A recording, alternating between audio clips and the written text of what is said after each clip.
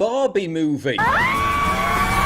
Surely a fun-filled, harmless summer blockbuster for all the family. Devoid of social engineering, progressive indoctrination, alphabet people propaganda. A relieving respite from having the message rammed down your throat yet another time.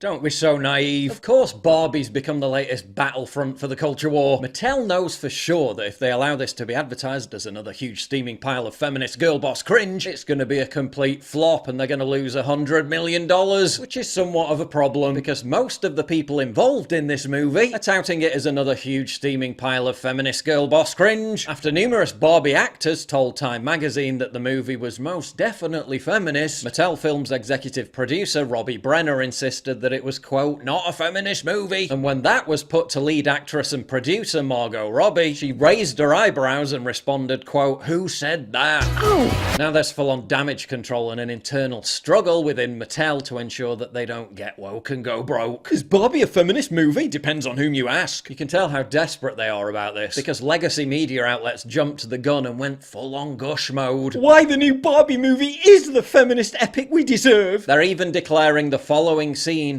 to be iconic. Wow, so iconic. That's got to be up there with The Shining and The Empire Strikes Back. So iconic. The press is in full promo mode for this movie. The word iconic no longer has any meaning. That scene's about as iconic in comparison to actually iconic movie scenes as the Barbie mansion is sophisticated and inspirational in comparison to the Sistine Chapel.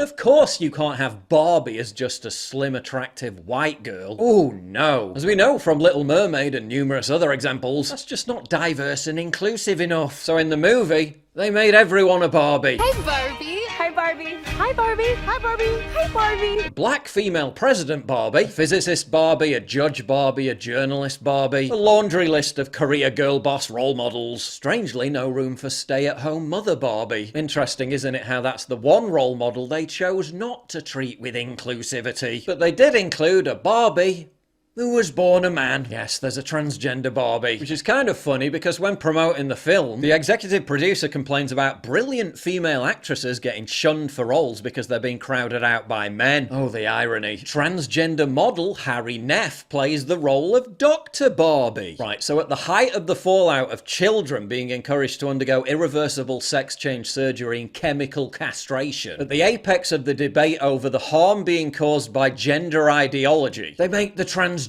Barbie a doctor. Just a coincidence, I'm sure. Some things have been happening that might be related. In a world where even mindless movies and children's toys are being politicized, it's more important than ever to stay true to yourself. The creators say they want the movie to provoke a thoughtful conversation. Yeah, because that's precisely what people are looking for when they pay $15 to see a Barbie movie, isn't it? Thoughtful conversations.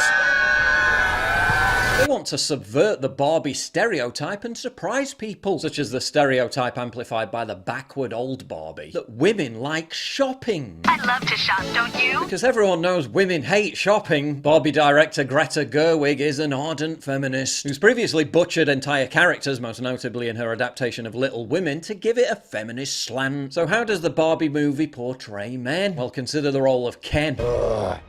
Hi, Ken. Ken, for me, is just kind of there. I think Ken's just a great accessory. That's what I loved about Greta's imagining of Barbie, is that the Kens are just supplemental characters to these Barbies, while Barbies can do everything. Kens are there to kind of support and don't necessarily have to have their own story. In other words, Ken's nothing but a massive simp. So they've reduced an entire sex to a pointless mass of faceless NPCs, whose role is merely to facilitate and affirm the existence of the Barbies. Another stunning victory for gender equality. Also, traditional masculine gender roles are harmful and deny people their humanity. And then I read it and it was like about how like gender roles deny people half their humanity and how like we need to just like be ourselves, and it's like a very powerful message. Oh, but it's not a feminist movie. Margot Robbie said she only accepted the leading role in the movie because Mattel released diverse Barbie dolls, including the curvy Barbie doll, which wasn't curvy enough according to complaints by the body positivity movement, which demanded a plus-sized Barbie with 3 chins. Interesting, isn't it, how the creators of the Barbie movie want it to reinforce a message of body positivity and diversity, yet still chose this woman and this man for the 2 leading roles. Hedging their bets a bit somewhat, aren't they? But despite whatever drivel emanates out of Margot Robbie's mouth, be thankful for small mercies. They originally offered the role to Amy Schumer, who rejected it because it wasn't feminist enough. Vagina. Vagina. Vagina. Vagina. Vagina. Vagina. Vagina's vagina. Vagina. Vagina. Vagina. Just do women's comedy stuff, you know, talk about how fat you are and how you want to have sex with guys and then say, my vagina a lot. The fact that they originally wanted her to be the face of the movie doesn't really bode well for their decision-making skills, does it? We know why Mattel's panicking. Barbie was completed and in the can long before the Bud Light meltdown, which thanks to woke pandering has now permanently cost the company 25% of its business. But Mattel can't change the content of the movie now in any meaningful way, which is why they're scrambling to control the narrative surrounding its pre-release marketing. Virtually every major movie in the last few years that went woke has completely bombed at the box office. But look at who the studios have to work with. Celebrities who are so committed to the woke mind virus. Hundreds of them just signed a letter lobbying big tech to ban anyone who opposes child mutilation surgery. Am I overthinking all this? Yeah, probably.